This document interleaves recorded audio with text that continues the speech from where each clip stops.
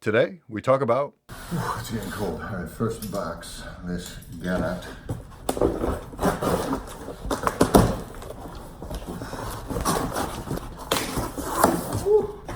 Word. Okay, what do we got here? Oh, that's right. I went for it. I just went for it. So, yeah, boppity, cementity cement. Oof, oof.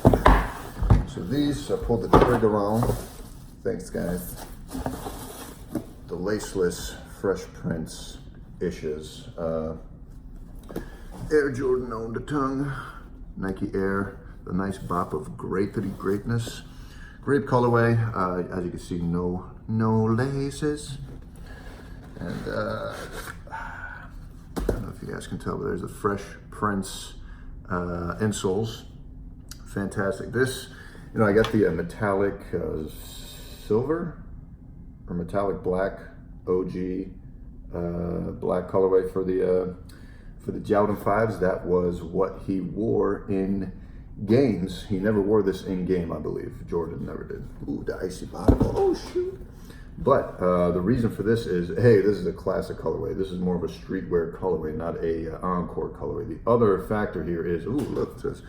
West Philadelphia, born and raised in the playground, boom, boom, boom, boom, boom, boom, boom. And then, you know, there was a lot of debate as to whether it was okay for them to take out the laces here. But my argument for why this is worthwhile is because the reason this colorway is so OD is because of the Fresh Prince, is because of Will Smith. And therefore, it should be styled the way he wore it, not the way Jordan wore it. And I was saying. So for that reason, and because it's a clean colorway, and who knows when they'll retro the OG with lace Grape 5s, fuck it. Bye.